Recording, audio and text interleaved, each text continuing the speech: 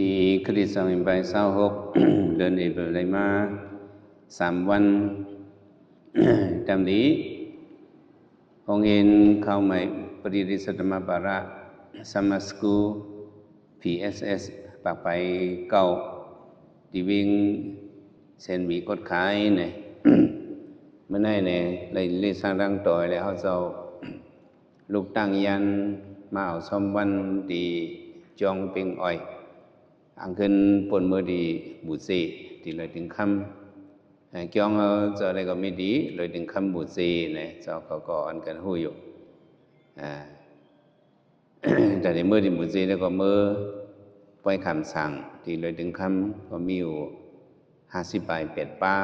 เป็นจะสั่งเขาหลวนนวันนเวงเดือนกันมาหนุ่งจะสั่งสามณีเลยเขาจะเอาเต็มมือปล่อยคำสั่งพอสั่งตุกเลยจังว่าอามาเวเส้นวีนกว่าเนี่ยสั่งกับสืบจะเช้าจ้องกลางเวงจ้องจะเช้าวิเศษเลยจังว่ามาเพียวกันเลยเนี่ยคาร์เวลมีตั้งจุ่มซื้อเตะห้องเย็นเข้าใหม่เข้าปีในมีอยู่90 ปลาย4 ตีอ๋อนั่นก็90 ปลาย4 ตีเนี่ยก็ติเซนเวียวก็เข้าบ้านดีนึงเนี่ยเดี๋ยวคงยองย่อเจ้าคู่เขาหมอสอนเขา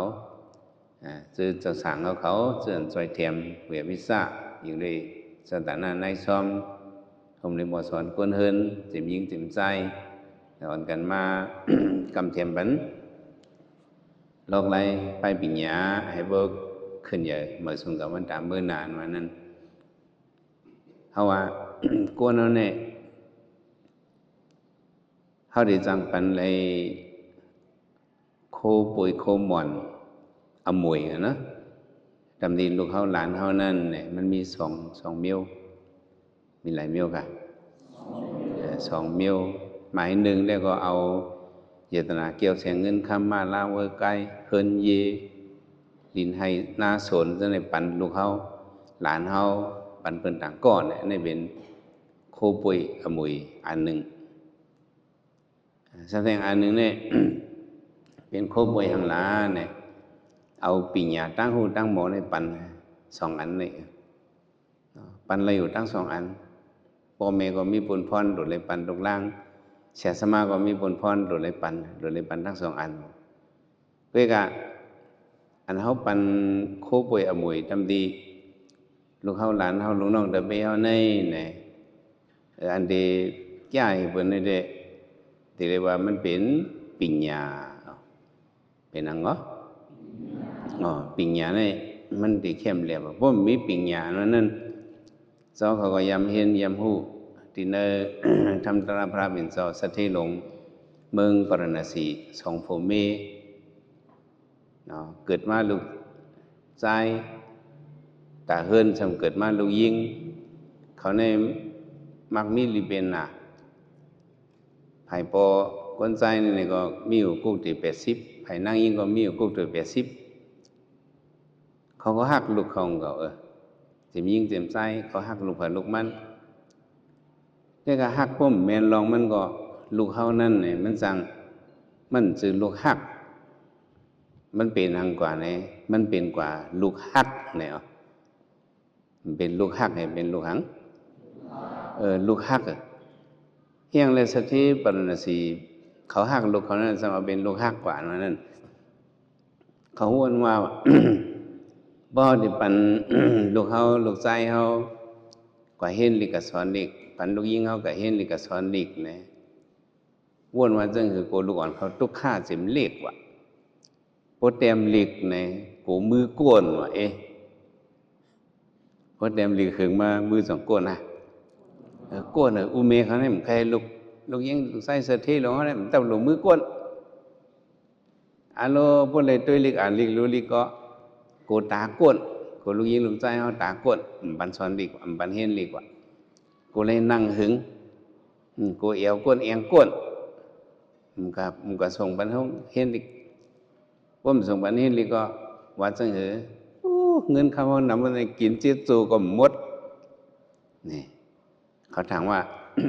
คู่ของอุตสาหยนะเกี่ยวใส่เงินคำแน่ ตันเต็มเชียงเลยเขามี80 กุฏิแล้วมันง่ายๆนุกก็บอกเลย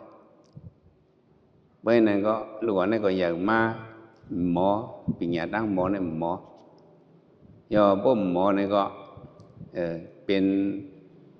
อายุเลยมา16-17ก็เตะนาเฮิรนบันลูกยิงลูกชายสมังยากันเนาะตั้งลูกชายสะเทลูกยิงสะเทอันหมอลิกเนี่ยจึงความใจเฮาวางอึกตึกอึ่งตึงมันให้หยังกันมันกึ่งกันอึกตึกอึ่งตึงกึ่งกันว่าก็อึกตึกอึ่งตึงก็กึ่งกันวะอึ่งตึงอึกตึกคำละช่างกึกกันวะนี่ว่าก็ว่าได้รู้อึ่งตึงอึกตึกซ้ำกึกกันอึกตึกอึ่งตึงซ้ำกึ่งกันซ้ำทึกยากันนี่ปานอนมีดีกันเลยมากบกูเป็นเฮิรนจอมกันนี่ก็แม่วายสิอุเมเมียวเนี่ยก็ของกบพอมีเป็นสะเทอ่อนมาเป็นสะเทในเมืองปรณสีมาก็มีปัญญาตั้งหมอนั่นน่ะคนนั้นผมมีปัญญาตั้งหมอในคู่ของใจเย็นน่ะเกี่ยวแสงเงินคำมีไว้ก็2ติหมอทิ้งซิมมันหมอน่ะก็สองก็ผมมีเนี่ยหมอก็ไม่ก็เป็นโฟงในกว่าจุยเจ้าหอคำไม่ขึ้นปอกลงมาจำตังปมาก็มาหันคนเมาเราก็ไม่มาหันปะมาหันคนเมาเราซุ่มคนเมาเราก็ง่อยไว้น่ะลูกชายสะเทเนี่ยหมอปิญญาลงนี่สังว่าเขาช่อมันกินยาเมากำได้พวงมักยาเมากำได้เราเขาได้อยากเขาหันซึ่งในวะอีสังเขาได้อยากอันนี้เขามีเงินเนี่ยเขาเช่ากินมีวันอะไรกินวันนั้นเป็นขีนเรานั่นน่ะเพราะอะไรคุณสักสะเทในได้เพราะมันมักเราได้มันชื่อเลี้ยงเขาแล้วเราเขาอยากเพราะในเขาได้หรือล่ะเขาช่อกินเราในวะนี่ก้นมังซื้อในหมอช่อกันโตหวยช่อหวานเอาหลอกเอาว่าช่อหวานเอาวะช่อหวานเอานะช่อหวานก็ไม่มาหันสะเทลงปอกมาเขามาให้ยังเขามาย้อนสู้บนสะเทวะ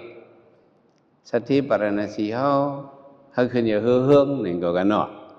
วันนั้นน่ะก้นนั้นในก็โปเป็นมายองในก้นนั้นยองขึ้นหวังฝังมันรู้สังจ้าปนมาลาอาสติหลวงขึ้นอย่าเฮืองค่ะในเมื่อในน้ำมึงก็สานาค่ะมันก็มียำหูจักเขาสู่เป็นไฟคนเมาเหล่าหลัดความ2 ปีลิ้นก็นั่งให้เข้าค้างเป็นคนเกี่ยวเสียเงินใส่เข้าออกเกี่ยวได้เกี่ยวเสียเงินใจซ้ำน้ำมาเขาได้เกี่ยวเสียเงินใจเขาอันนี้เห็นไหมจะเป็นเรื่องละชีวิตที่เกี่ยวอันเกี่ยวในมีน้าเตานี่ค่ะเนี่ยวะอันเกี่ยวมีน้าอะไรจะโยใจค่ะจะเดียวออกได้ยินค่ะอะไรเนี่ยเขาดูมิดเอานั่นน่ะเขาอ่อยมันนั่นตั้งคนเขาที่เรียกว่ามันมังเชิงยาเบิ่นอ่อยเราอ่อยยาอันตั้งเพื่อจับอะไรก็กินจ้อมกันจังซะง่อยหากันช่อกันนะยาเมากำเนี่ยมันหลีเฮ็ดในเป็นบ้านพระก็มีเหล้ากันแต่เดียวก็มีทั้งยาผินยามายาเมายาเสื้อไอซ์ป่ะอีสวมพูดนำน่ะอันนั้นเลยเดี๋ยวเอาคนเขาหลีเอาคนเขารู้เอาคนเขารู้มีปิ่งยานั่นน่ะหมอหูนั่นน่ะได้เฮียนไว้นี่ก็มันหูจะย่อกินได้ยินค่ะเนี่ยพอเลี้ยงเขาสติหลงเขาแล้วมากินด้วยเนี่ยก็ขมกิ๊กโลขมหนานี่มันจะเมียวมาเมียนเมียนขึ้นก็ขึ้นโลเหมือนจ้างไงค่ะสติเอาไว้มาหอมมาเนี่ยวะเปิ่นกินได้แล้วนะครับเปิ่นกินกับเนยย่องเนี่ยวะเอาเนยย่องไปกินในค่ะสติเอาลูกกันใจอื่นนี่ค่ะในอื่นด้วยก็ใครชิงมานะก็ไม่เหลือดมาใหม่มาอุ่นมาเหลือดมาใหม่มาเนาะจ้าในเกี่ยวมากาในวันกันกายมือเพียวกับนี่สติเอาค่ะบ่เพื่อเขาค่ะได้เลยเอามาแจ้งกันเนาะเอามาเลยเขาค่ะมีเงินแค่เลยซื้อมาลีงเลยปันเงินน่ะครับแม่เพราะไหนก็เขาซื้อมาก็เอาเรามาตั้งปังเราก็แม่ก็ก็ไม่ก ก้นนั้นในบริเลยกินหลายในมานำแก่จอนน้ำมาก้อนนั้นก็บอกก้อนนั้นก็บอกหนึ่งมือจะได้ไปป้อนนำก็น้ำมาเสถีกีฬาเงินน้ำมิน80กุกตีไผ่เมียมี80กุกตีมันมาเชียงให้นะเขาเลยกินเกี่ยวหลอกก๊อกนอกน้ำพิษรีดโหกันจังจ้าพวกเมามาใครยังเฮรนาเสถีลุงก็เมาเมงก็เมาพวกเมาเนี่ยก็ดันตัวลูกคนเฮินจังดันตัวอันกันเมาเราดังเฮินกินก็ลุกนั่นแต่เบี้ยหายหมดมันไปหาแค่มันได้วันนั้นกินก็เมาพอเมาเสถีหลงเมากำพองก็มาเมากำพองก็มาแก่มกำพองก็มาแง่มกำพองก็มาลักหูรู้มันเอาโคนเฮินกว่าหนึ่งปองนึงอิดเอาเมาก็ว่าเมาตึกมันเมารวมก็หัวก็ก็เอามาตั้นหึงสังสถิสองก็ผมมีก็คิลิงเหี่ยวความใจว่าก็คิลิงว่าเปียงแบดก็คิลิงมีหังอ่ะขายเฮือนขายเย่มีวันไหนก็ป้อมมีเงินคำมีพี่น้องจึงความใจใส่เมาห้องไว้ก็เมียนั่นคนนั้นป้อมมีเงินคำเนี่ยจังมีพี่น้องมีก็เปิ่นเพราะใครห้องหานะเพราะมีเงินคำได้เอาพอมีเงินมันเป็นเจ้าพอมีเขามันเป็นคนในความใจก็มันวันนั้นก็สองก็ผมมีเนี่ยมีปิญญากำเรือนมาอะไรกันยิบกอกอะไรย้อนกินขอกินย้อนกินมาเผียวดิจงพระเป็นเจ้ามาหันสติสองก็ผมมีพระเป็นเจ้ายุ่มเจ้าเขาเพราะพระเป็นเจ้ายุ่มในมันได้มีรองตั้งมันพระเป็นเจ้าแค่ฮอตาลาเพราะมันเจ้ายุ่มในเจ้านันตาในซ้ำอยู่ภายหลังในซ้ำหู้พระเป็นเจ้ายุ่มสมิหรือหู้เนี่ยตีเงาเขียวงาเจ้าเนี่ยมันออกมาเงาแรงเหมือนจึงไพ่เกี่ยมมาหลามมาปรับนั่นเลยเนาะไพ่เกี่ยมหลามมาในมันแรงกว่าในเขาอยู่ดั้งแล้วก็เขาเหมือนจึงผ้าเมียบนั่นเนาะอยู่ดั้งหลังด้วยก็หัวเจ้านันตาพระเป็นเจ้ายุ่มมีรองอังคะสติสองกับผมมีในเจ้านันตาเคยรู้เท่าว่ามีปิ่มมีน้องมีเฮินมีเย่หาย้อนกินกันได้สังวาคาคัดใจเมื่อเล็กแหละเนาะมันเป็นขี้เราขี้ใหญ่แหละคัดใจเมื่อเล็กคัดใจหาเงินหาตะลาเนี่ยพระเป็นเจ้าลา2 มิ้วหลายมิ้วบอกว่าหาโลกี่หาโลกุก2 อันในวะสังว่ามือพองปานปัทมะอยู่ในครับว่าอายุโกนมือปานพระเป็นเจ้าในเปิดมีปากปีปัทมะอายุนั่นเลยเอา33 ปีไป4 เดือนในเป็นปัทมะอายุตุเดียอายุ66 ปีไป8 เดือนในเป็นตุเดียอายุเดี๋ยว66 ปีไป8 เดือนไผ่พูดในห้องว่าตาติยาวายะเนี่ยปันกำเท่านั้นการบ้านเขาดีเหลือในเด็กมี75เนี่ยก็ต่อถึง25เนี่ยเป็นปัทมะเนาะต่อถึง50 25ต่อ50เนี่ยเป็นตุติยะ50ขึ้นเหนือเมื่อนั้นเขาเป็นตาติยะเซนตาติยะพระเป็นสมาปันปัทมะเซนตึกหนุ่มนั้นสังว่าข้าภูมิกับเหตุการณ์ตลาเนี่ยโผมันเนี่ยที่เป็นยหันตาเมงที่เป็นอนากรรมตลาสั้นสูงสังว่าเฮ็ดก้นกล้าก้นไข่เนี่ยก็กินเราเมาเก็บไปเฮ็ดก้นกล้าก้นไข่เนื้อเมืองปรสินเนี่ยเป็นสัตย์หมายหนึ่งสัตย์หมายอันหมอกล้าหมอไข่เป็นสัตย์หมายหนึ่งวะเนี่ยคือกันในก็ขำเฮ็ดมาคือกันถึงมาตุติยะวายะปานกลางในสังวรตั้งยุบเลยสติสังวิกายเมาเราเมาเก็บมาเฮ็ดการตลาไม่ยาหันขัดจัดการตราผูมันเนี่ยเป็นอนากรรมมีเนี่ยที่เป็นอะไรสักตากรรมที่เลยตราตั้งสองก็ผมมีอยู่ใกล้กับจันลงกว่าอินสังว่าคัดใจเฮ็ดหาเงินแต่เป็นตื้นในก็ในเมืองปรสินเนี่ยจะเป็นสัตย์หมายสองมีชอบเบิ่นก็คือกันในก็มีเฮ็ดมาถึงดีว่าเท่ามามือไปเพราะเท่าแห้งนี่ตาติยาวายะในสังว่าขึ้นคัดจะหาเงินในก็จ้างเป็นสัตย์หมาย3สังว่าหาตลาในก็โผมันในก็เป็นในสักตากรรมเมงในเป็นในเมงในเป็นในสอดปานว่ะเนาะมันย่อมกว่าจันตลาเนี่ยคือกาอันนั้นตายสองก็ทีเดียวในเท่าพวกขอมเนี่ยเนาะรุดเวียนหมดเอา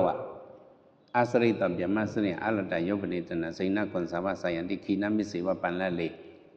พระเป็นสดแตงเนี่ยติแตงมันอันไหนอ่ะเหมือนนางก่อนปีกฮักว่ะนกก่อนนั้นอยู่เนื้อหน้าใกล้จะกินหอยอยู่สั่งนั้นขอนนั่นนะนกลงก่อนปีกฮักในโป้งฮักในสองจางบินเนาะเพราะมันจางบินก็มันจางไข่กับหากินลองต่างตีก่อนปีกฮักเนาะสมามีอยู่ที่หนองน้ำห้ามปลาว่ะเจ้าของวันด้วยลูกหนองน้ำห้ามปลาในมันมีปลาในมันจางกินลูกก่อนนี่ไม่กินปลาสงสัยค่ะสมามีดีฉันเป็นก่อนปีกฮักให้สมามีดีหนองน้ำมีปลาเมื่อในเอาสองก็ผมมีในคู่ของก่อมหาคู่ของอุตสาหก่อมหาตะลาก่อมหาเปียดหลายเอาข้าวยำในบดเกียงยศเสียงกว่าเมื่อหนังก่อนปีกฮักเนาะสมามีอยู่ที่หนองน้ำห้ามปลาในซุ้มเพราะว่าปานเขาอย่างนั้นจังว่ากวนนั้นในป้มหมอปิญญาตั้งสังตั้งหมออันนั้นในมันหมอคุ้มทิ้งเลยคู่ของอุตสาหเขาปันอมวยโคมอน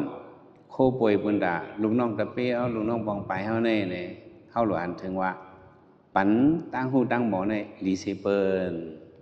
สองลีครับเลียปิญญาตั้งสังตั้งหมอวันนี้มันเข้มเรียบเฮเปิลเก่งสู้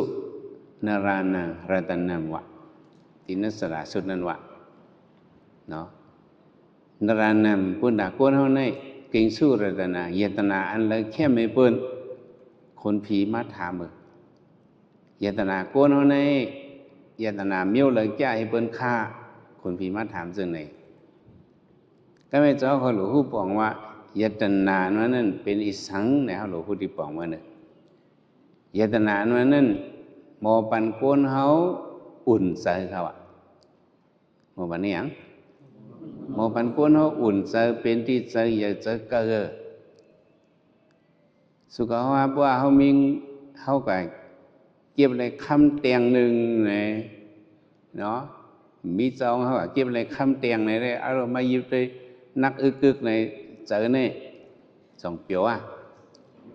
เยตนานั่นบอกให้ในเจอเขาเปียวให้ในเขาอุ่นใจก็เยตนากาโกนอันดีสิวันนี้เป็นมีรอยขาว่าเก่งสู้นารานารัตนัมคนพี่ได้ทำพระเป็นเจ้าพระเป็นเจ้าตอบปันคองว่าซึ่งคือปิญญานารานังรัตนัมปิญญาเนี่ยเอาเป็นเจตนาของดีคนเมืองคงกลางเนี่ยเป็นปิญญาเขาว่าเจ้าเขาว่าเป็นอย่างเหรอปิญญาเนี่ยมันเป็นเข้าใจอุ่นเฮียงในวันนั้นพวกเขาหมอไว้ปิญญาตั้งสังตั้งหมอวันนั้นมันกึมหรือเสียเขาหมอเขามีเงินคำเงินคำเขาขององศาเขาเนี่ยมันกึมใครลูกเขาใครเลี้ยวใครกวาดใครผ่านก็เอาสมกับวันหลังเขามังปอกจังกวาดจังผ่านก็กับปิญญานั่นเด้เขาหมอไว้จึงเขากวาดตั้งเลยก็มันก็กวาดซ้อมเขาสองแม่นะต่อเขาพอเท่าพอตายพอเขาหมอไว้เนี่ยมันลาลีลืมรู้ก็เป็นปิญญาเนี่ยพระเป็นสวาเป็นเจตนาลีคุณด่าคนเขาเนี่ยสุขเขาว่าซื้อเจ้าเขาอันมากขึ้นห้องเรียนเข้าใหม่เนี่ยก็เขาหลงไว้ปิญญาเนี่ยเป็นเปิงหลงมันให้อย่าไปว่าสอนมาแต่เนี่ยไรใช่ยังโลมไรกินยังโลมเนี่ยอย่าไปว่าสอนว่าเขาหมอลีเมียวเหลียวเนี่ยมันเปลี่ยนการหนูก็มึงเมียวเหลียวหรือให้หมอเต้ๆเจ้าเขาน่ะมันชื่อว่าหมอโตเต้นะหรือหมอเต้ๆเขาเจ้าเขาว่าหรือหรือหมอเต้ๆพวกหมอโตเต้ได้ไม่กินหรือเลยหมอเต้ๆพวกหมอเต้ๆเนี่ยได้ก็หมอเมียวเหลียวกันมันก่อนไรอย่าว่าเขาจะได้ใส่เลี้ยงเอาดังทุ่งเมาเนี่ยมันหมอหางเต้ๆล่ะมันสมมติอะไรกับเชลซิมอิงกลานพุ่นนะอะไรกับลูลิกเนี่ยเองก็เรียกเขากับเฮ็ดแฉเองก็เรียกเขามันหมอหางเต้ๆล่ะจะเลี้ยงเขาเนี่ยมันหมอหางเต้ๆเนี่ยมันหมอหลีกหลงในเต้ๆกันน่ะมันหมอหังหลีกหลงหลังกาในมันหมอเต้ๆเต็มเลยเต้พ่อเลยเต้ผู้ที่ปองมันเต้มันหมอเต้ๆเนี่ยอันนี้ ก็มันหมอนี่ได้แหละมันก็เลยกับเขียวนอกเบิ่งจังว่าเจ้าเขามาเฮ็ดสั่งแล้วหรืออะไรหมอให้มันถึงตีมันน่ะเฮาเขียนไผเลยก็เฮาได้เลยเลือกกับไผนั่นน่ะท่องจำลูกเห็นอันขึ้นสั้นซ้อมมันนั้นก็เป็นนอกเบิ่งเนี่ยเปิ้นมี choice เลือกเอาอะไรเขาเจียกไปเนี่ยเขาเจียกอันนั้นก็เลือกอันนั้นเลยก็พองลูกเห็นหมังซื้อว่าอ้าวใครหมอเตรียมห้างเนี่ยเขาก็ขึ้นสั้นซ้อมอันเตรียมห้างเขาก็เตรียมกินห้างหลูหมอเต้ๆนั่นแหละเจ้าเขาที่เลยหมอตอเต้ฮะเต้ๆฮะหมอไม่ได้ก่อมพินก่อนนะหมอหลายมิ้วก่อมพินก็ไว้กับอันเขาที่เลยเจอกินนั่นตาเขาไม่ได้มั่งงำเขาเนี่ยมันจะเป็นอันเหลียวกับน้ำเปรี้ยวควรจะเอาเขาได้ยามันมังซื้อในบ่หมอหังเต้ๆคือกับอันเขาหมอนั่นเขาหมอเต้ๆเนี่ยเขาหมอเมลดเคืองไว้เนี่ยเขาเมบ่มเยาสังจ้าเขาหมอตอเต้หมอเต้หมอเต้มังซื้อหมอฮิตหมอเกาะเหตุการณ์ก่อสร้างเนี่ยเขาหมอเต้ๆนะมังเต้ๆก็เป็นเต้ๆมันหลังเช่นมีเขาตัวเขาหิมตังเฮือนนางแป้งของเขาโมหิตหางปันเนี่ยนั่นจังจ้ะเอาหางปันเขาหางมียอมมีบอกเขาว่าเนี่ยเขาก็โมเต้ๆก็เลยเฮ็ดเต้ๆเลยกินเต้ๆแต่ว่าเขาโมปิญญาเนี่ยหรือเลยโมเต้ๆใครว่าจะไหนกันเนาะอันหลูโมก็หลูโมอยู่ก็กะ emphasize เขาหลูปักเสือปักเขาอันเนี่ยเขาปักเสือเต้ๆเนี่ยเขาหลูเห็นเต้ๆไอ้โมเต้ๆมีหลวงจ้องสองเกาะก็เห็นหลีกดีเมืองแต่กระโสเมืองอะไรค่ะก็เห็นหลีกดีเมืองแต่กระโสครูสอนขาได้เป็นก้อเหลียวกันเนาะขาก็ขึ้นจ้อมกันนั่งก่อนนั่งคงหิมกันนี่แต้มจ้อมกันว่าจ้อมกันอ่านดิกจ้อมกันเผื่อขาขึ้นเนี่ยขาขึ้นปอกมือตีเผื่อตีมันไอตากล้องเนี่ยก็มือฮิตกันในฮิตเต้มันก็รวยเป็นคนมากคนมีหลงเลยกินเลยใจเลยกินเลยหลูกว่าเต้ว่าไอแทงกองนี่ก็อันเป็นไต้กองนั่นช่ำเป็นทางเต้วะเนี่ยไต้ก็ในมักมีหลีเป็นมักมุนต้นเต่ากว่าอันเก่าในห่ำไปทางนี้มามันหูตั้งยุบยอมมันโกนเนี่ยป้มหูตั้งยุบยอมเสาก่อนในใครกันเน่เปิ้นใครกันเฮียงเปิ้นมันจังเน่เพอยามยาเช้าในสอนปัญหาในเหมือนกันเลยว่ากันเน่เสียงว่ะกันเน่เพก็หันใจมือก็ได้มือขึ้นแต่กระสูมันขึ้นมือขึ้นแต่กระสูขึ้นเผื่อเพี้ยมือกับมือกันโตเสียงเสียเนี่ยวะเสียเขาถามไต้ก็มาหลายเนาะไต้ก็คันมีนักบุญมันเป็นกันแค่คันนี้มันได้รวยเอามักมีมักบุญต้นเต้ามักมีรีเป็นนะค่ะนี่แฮมไรหังเด็กๆคันนี้เฮียงก่อมเป็นหังเด็กๆค่ะเสียวในสอนลีกปัญหาในครึ่งกันโยเมตตามเพียงทะโยเสียเขาว่าตะเบมีโอกาสเสียนว่าในใครให้ตะเบกัดเขียนกูก้อยจังใจมันจะเจ้าครูเขาครูสอนเขาหมอสอนเขามาสอนบรรเจ้าเขาจะไหนมาปงสอนบรรเจ้าไหนไว้ใจเพียงกันใครเจ้าเขาเขียนห้างผังมันกูเจ้าครูป้าเมตตาเสียนว่านั่นเด้มันไว้เพียงนั่นเนาะจังใจมันจะเสียเขาก็ได้ไว้มิตรเพียงให้สอนเหมือนก็รู้มันสนังเอาเมื่อก่อนไรนั่นก็ยังก่อนนามันก็เฮียงล่ะมันก็ฮิตกันอันนั้นค่ะมันหมอนั่นนะมันก็ฮิตอันนั้นที่ค่ะมันก็มันหมอกล้าเนี่ยก็มันก็กล้าฮิตกันกล้านั่นเหลียวไงขนาดอาหารฮิตนั่นก็ต่างมันฮิตหลงเพราะไหนมาสำเฮียงหลายแต่เบ้คาได้โตหางก็ฮิตอันนั้นเลยวะช่างโตหางฮิตอันนั้นแบบเป็นว่าเปิ้นหลุยเฮ็ดเฮือนนั่นก็มันก็จ่อยเปิ้นเฮ็ดเฮือนเปิ้นหลุคุณน้ำหมอมันก็จ่อยคุดเปิ้นหลุยเฮ็ดห้องเบิ่งมันก็จ่อยเปิ้นเฮ็ดเปิ้นหลุยเฮ็ดน้ำมันก็จ่อยมันหมอก็เมียวก็เฮ็ดกูเมียวก็เบิ่งก็เฮ็ดกูเมียวเลยมันปักมันตีเลียวเสียงก็ฮู้ว่า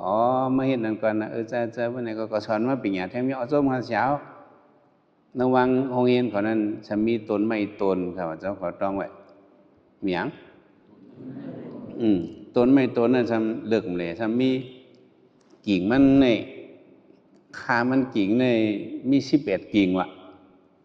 มีหลายกิ่ง11กิ่งวะเสียงเอาด้วยไอ้เมื่อคืนเอาต้นไม้11กิ่งให้รู้ไงวะขึ้นกับอะไรไงวะมันขึ้นกว่าขึ้นอย่างนี้เลยมันก็ขึ้นกว่าขึ้นเลยขึ้นกว่าใครเพียวจำเพียวกับปลายนั่นนะเสียลงมาห้องไอ้ตะเบงเจอก็อย่าก็ลงอันเก็บไม่สุดท้ายเนี่ยขึ้นจ้อมเลยไหนวะขึ้นเอาต้นไม้จ้อมมันเลยกำพองเอาไก่อยู่เงาเงี้ยควันเลยไหนวะต้นไม้เขาเดี๋ยวควันอะไรเงากันเนาะก็4-5ก็อยู่ต้นไม้ควันมังต้นไม้เนี่ยสองเกื้องอันอยู่เนื้อเขาซ้ำควันมาเนี่ยซึ่งเขาเก็บไม่ก็เขาควันไออันก็ขึ้นกันนั่นเลยมันกับเพียวเนื้อนั่น2ที่กูตกโลมันก็กูตกกอดไว้ต้นไม้กอดไว้ล้ำเหลวไว้วันน่ะกอดไว้ไหนล้ำโลกอดไว้ต้นไม้เต้ๆว่ามันกูตกเต้กลมหัวหงโกนโปยำมาเขาว่า2อับกูเต้ว่าหงโกนโปยำว่ะมันก็อยู่ในนั้นห้องโลหยิบเขาว่าหยิบคว้านเอาเฮ็ดซื้อยังเลยกำเกาเดดกกำเกาเดดกในกอดไว้ในหงโกนโปยำตั้ง2-3 ปอกว่ะโกหนาน่ะเสียงอยู่กระตังว่าดิ้งว่ะไอเดเบกิ่งไม้มีหลายกิ่งมี11กิ่งไอเดเบกิ่งไม้มี11กิ่งเฮียเมื่อกอบกิ่งเลี้ยวไว้ละเมื่อมกอบดัง11กิ่งละนี่วะเสียงว่าดิ้งว่ะเมื่อมกอบดัง11กิ่งละได้ไรข้าเสียพวกข้าป่วยนี่ตั้งเขาสันไม่ค่อนไม่นี่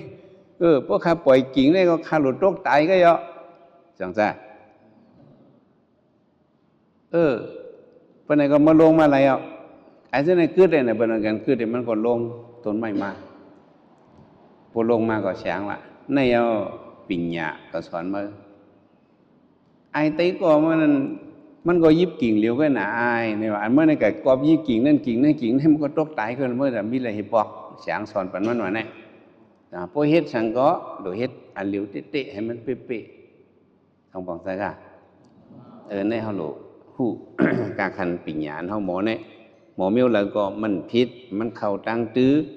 กุฏิอยู่เนี่ยครับว่าเจ้าเขามาขึ้นห้องเรียนเข้าใหม่เนี่ยก็เต็มเศร้าเสียเขาเสียเจ้าเขาที่การที่จ้องก็อยู่ยาวให้ส่งเจ้าเขามาที่ห้องเรียนกันในเนาะต่างเวียงกันในสัมสงกับต่างที่สมากันใน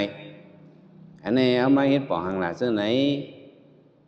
มันมีที่ป่องมันพวกมีที่ป่องมันก็ของเงินมูลสั่งกับซึ่งได้ไปปิญญาเจ้าผู้หลวงเขาก็มันได้หมอนเฮ็ดเดินห้องเจ้าเขามากันเลยนี่มาป่องว่าหังป่องว่าให้เขาเจ้าเขาเลยมีปืนหู้ตั้งหันเวียงเส้นหวีกูบอกเจ้าเขาพยายามเพียวเส้นหวีจังเรียบกับเรียบขึ้นก็ไม่ออกย่องกลางมีกันในเจ้าเขาเลยหู้เลยหันเลยตั้งหู้ตั้งหันเวียงเส้นหวีกว่าสองไรมันไรถ้าไม่ชาวเลยมาหูจักเจ้าคู่เขาเซนวีเนี่ยสองหูจักนี่เป็นเจ้าเจ้านี่เป็นเสียเจ้านี่เป็นเสียหลวงเขากันอะไรหลายหูจักสำหรับหูจักป้าคู่สอนเขาหมอสอนเขาเนื้อเวียงในแถงเนี่ยเขาจะมีเสียนำมาจังจ้ะพอมีเสียนำในก้นเนี่ยมันได้คุยมันได้เขียนมันได้เขียนมาเหมือนเรื่องจักรีชั้นวัดไล่มันไปโมหังกำกับเนี้ยเสียก้นย้อนว่ากำกับเนี้ยเสียเมาเหล้าอันนี้จ้าไล่มันไล่เขียนให้เปิ้นนั่นเป็นเช่นนั้นนะเจ้าเขาก็เหมือนนั้นแหละแต่เนี้ยเสียน้ำเนี้ยก็ไหลเวียงสมาอยู่จ้อมกันในเข้าดัง45 วันเนี่ยเจ้าเขามีไต้ก่อหมากแทงต้องมีไต้ก่อหมากในเขาหลุดฮิตก็กันเลยลีมาแผ่วกันในว่าจ้อมความบัววนจุ่มไก่หอตารางเป็นความไต้เก่าเอาเมื่อก่อนว่าจำกุศลกุบาต้องไว้เต็มไหมพันเฮอไว้หลายตาหมากเขาไว้หลายเมืองกว่าตีเลยก็ตื้นเฮอเฮิงพันเฮอไว้หลายตาหมากเขาไว้หลายเมืองกว่าตีเลยก็ตื้นเฮอเฮิงว่าได้3 ปอก พันไว้หลายตามาเข้าไว้หลายเมืองกว่าตีเลยก็ตึนเฮืองพันไว้หลายตามาเข้าไว้หลายเมืองกว่าตีเลยก็ตึนเฮืองพันไว้หลายตา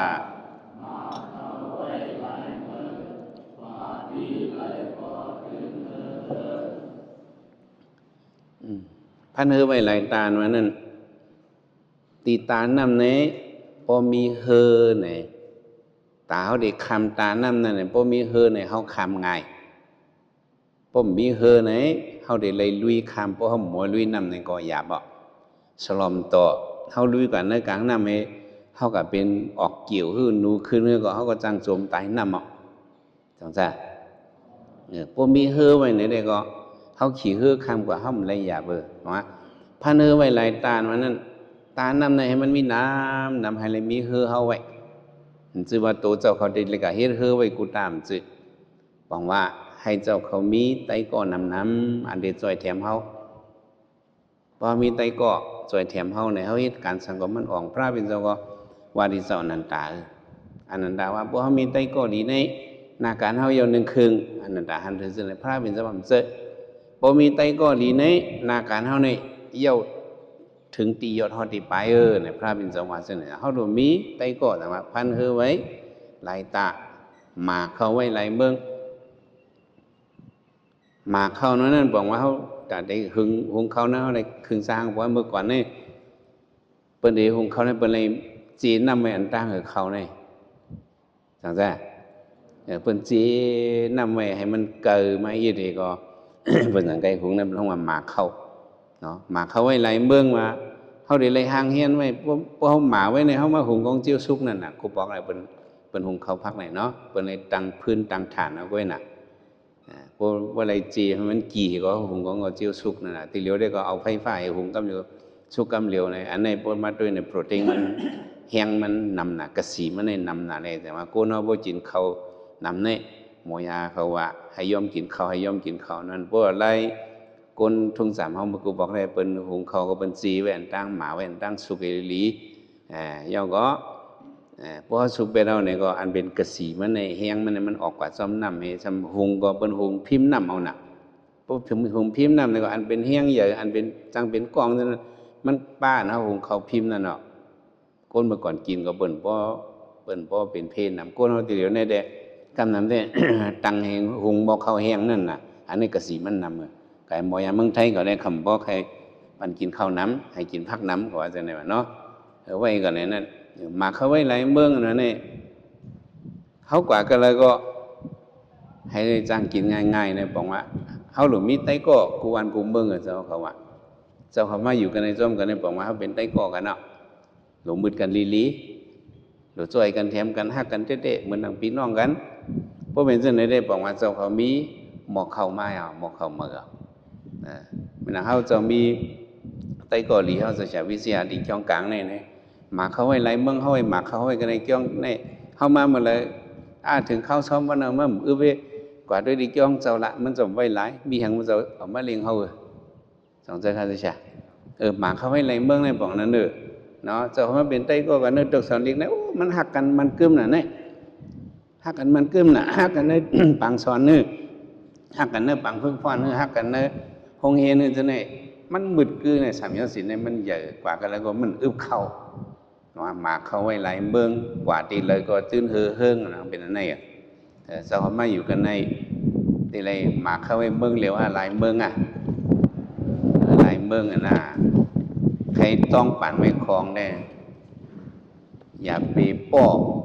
หมอกเขาแตกว่าพวกหมอกเขาแตกก็จังได้เลยกินในเจ้าเขามาอยู่ร่วมกันในอย่าไปป้อหมอกเขาแตกในบอกว่าอย่าไปพิษกันจังจ้ะพวกพิษกันในต่างพวกมั่มใครหันกันมากก็เลี้ยงเขากันนะเหมือนตั้งป้อหมอกเขาแตกเอาหน้าพวกอะไรป้อกันจัดไว้ก็ขึ้นมีกู้ภัยหลีเลยอยู่ไปใครสั่งกันในกันเนาะมันแนวว่าเอาไปปิญญาในเปลี่ยนเปิงหลงเจ้าเขาก็เห็นสอนเอาลีให้เลยหมดเตะ พันเฮือไว้ไหลตาหมากเขาไว้ไหลเมืองกว่าที่ไหลก็ตื่นเฮือเฮืองปุ่นตาเจ้าเขาในป้ายปิญญาก็เส้นตาสายตังมันปืดปางนี้เนี่ยเนาะเจ้าเขาหลุดคัดใจกว่าก็เนี่ยเนาะกุศลกุป้าให้มีลองตั้งขึ้นอย่างมาทรงศิกรรมค่ะ